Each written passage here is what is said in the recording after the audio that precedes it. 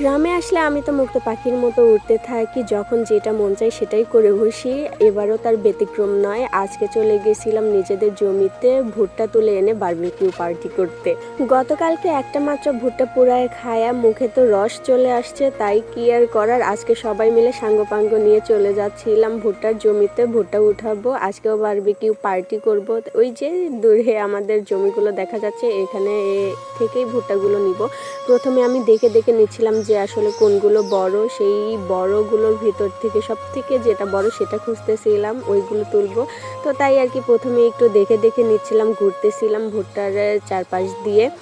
আর দেখো কি সুন্দর। আর ভুট্টার গায়ে যে চুলগুলো থাকে সেগুলো না এই যে মরা মরা হয়ে গেছে, কিন্তু যখন তাজা থাকে ওইগুলো দেখতে কিন্তু অনেক সুন্দর লাগে। আর এই তো দেখো আমি কি সুন্দরভাবে পাখনা মেলে উড়ে বেড়াচ্ছি। মনে হচ্ছে না খাঁচায় বন্দি পাখিটা হঠাৎ করে মনে হয় মুক্ত হয়ে গেছে, এরকমটা আমার তো এরকমটাই মনে হচ্ছিল। আসলে বাসা বাড়িতে থাকতে থাকতে দম বন্ধ হয়ে যায়, যখন গ্রামে আসি তখন এরকম ছোটাছুটি করি পাখির মতো। তো এই তো চলে আসলাম ভুট্টা দেখতে। এখানে এসে ভুট্টা দেখবো কি, আমার মেয়ে তো কোলে ওঠার বায়না। আর সেদিন এত পরিমাণে রোদ হয়েছিল যে মেয়েকে নিয়ে আর পারতেছিলাম না। যাই হোক মেয়েকে কোলে নিলাম। আমার মেয়েটা আবার টাকু হয়ে গেছে, তার বেল মাথাতে রোদ লাগতেছিল। আর এই যে খুঁজতে খুঁজতে আবার একটা দেখি ভুট্টাতে এই যে এরকম চুলগুলো খুব সুন্দর আছে, তো সেটাতে আবার একটু ওড়না পেঁচায় বউ বউ বানাই দিচ্ছিলাম আর কি, দুষ্টুমি। তো যাই হোক অনেক তো দুষ্টামি করা হলে এবার চলো ভুট্টাটা উঠাই। বিসমিল্লাহ, আল্লাহু আকবার। পড়ে যাস না। তুলেছি গাইস, ভুট্টার বারবিকিউ হবে এখন। এখন দেখি এই জমি থেকে একটা এর থেকেও বড় মোটা পাওয়া যায় কিনা। কোনটা উঠাই কোনটা উঠাই,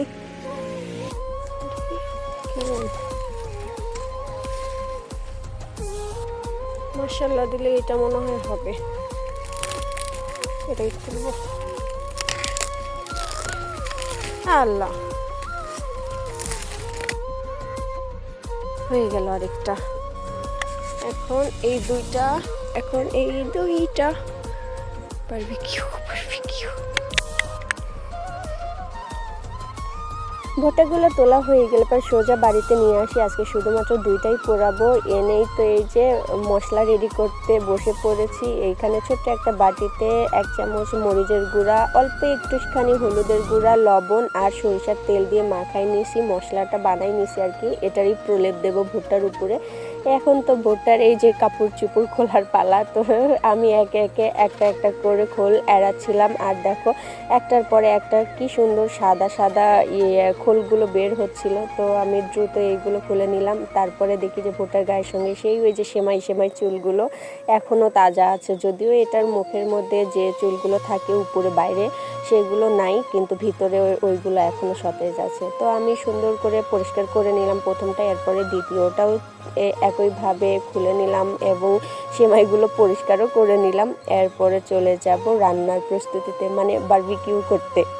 তো ভুট্টাগুলো রেডি করার পর আমাদের সবচেয়ে যেটা জরুরি সেটা হলো এরকম একটা শিক। আমি একটা লোহা বা রডের শিক নিছি, তার মধ্যে এই যে মাকে দিয়ে একটু শিকের মধ্যে ভুট্টাটা ভরে নিলাম, কারণ এটা অনেক শক্ত, আমি পারতেছিলাম না।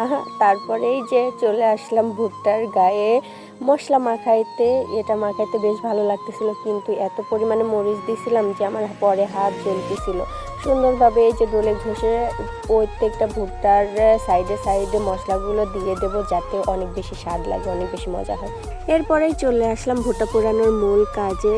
এখানে আমি আস্তে আস্তে ঘুরায় ঘুরায় উল্টায় পাল্টায় সুন্দর করে ভেজে নিচ্ছিলাম। আর কেমন জানি পুরপুর পুরপুর করে ফুটতেছিল ভুট্টাগুলো যেন। আর আমার মেয়ে তো খাওয়ার জন্য অধীর আগ্রহে দাঁড়াইছিল, ওয়েট করতেছিল। এই তো একটা পোড়ানো হয়ে গেছে, আর তেলগুলো দেখো চিক চিক চিক চিক করতেছে।